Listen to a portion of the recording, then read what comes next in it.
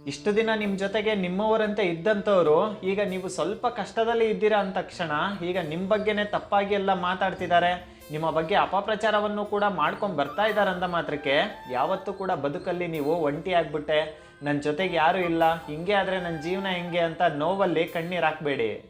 ಯಾಕಂತ ಅಂದರೆ ಈಗ ಪ್ರತಿದಿನ ನೀವು ಇದನ್ನೇ ಮಾಡ್ತಾ ಇದ್ದೀರಾ. ಹೊಟ್ಟೆಗೆ ಊಟ ಮಾಡ್ತಿರೋ ಇಲ್ವೋ ಗೊತ್ತಿಲ್ಲ, ಆದರೆ ತುಂಬಾ ಕಣ್ಣೀರಂತೂ ಕೂಡ ನೀವು ತುಂಬಾ ಹಾಕ್ತಾ ಇದ್ದೀರಾ. ಆದರೆ ಒಂದು ಸತ್ಯವನ್ನು ಹೇಳ್ತೀನಿ, ನಮ್ಮ ಗುರುರಾಯರು ನಿಮ್ಮನ್ನು ಯಾವತ್ತೂ ಕೂಡ ಕೈ ಬಿಡೋದಿಲ್ಲ. ಗುರುರಾಯರನ್ನು ನೀವು ನಂಬಿದ್ದೀರಾ ಅಂತ ಅಂದರೆ ನಿಮ್ಮ ಕಷ್ಟಗಳಿಗೆ ಒಂದು ಅಂತ್ಯ ಶುರುವಾಗಿದೆ ಅಂತಲೇ ಅರ್ಥ.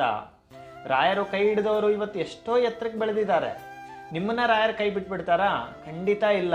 ಒಂದು ಸ್ವಚ್ಛವಾದ ಮನಸ್ಸಿದೆ, ರಾಯರು ಇದ್ದಾರೆ ಅನ್ನುವಂಥ ನಂಬಿಕೆ ನಿಮ್ಮಲ್ಲಿ ದೃಢವಾಗಿ ಇದೆ ಅಂತಂದರೆ ಖಂಡಿತ ಗುರುರಾಯರು ನಿಮ್ಮನ್ನು ಎಂದಿಗೂ ಕೂಡ ಕೈ ಬಿಡೋದಿಲ್ಲ.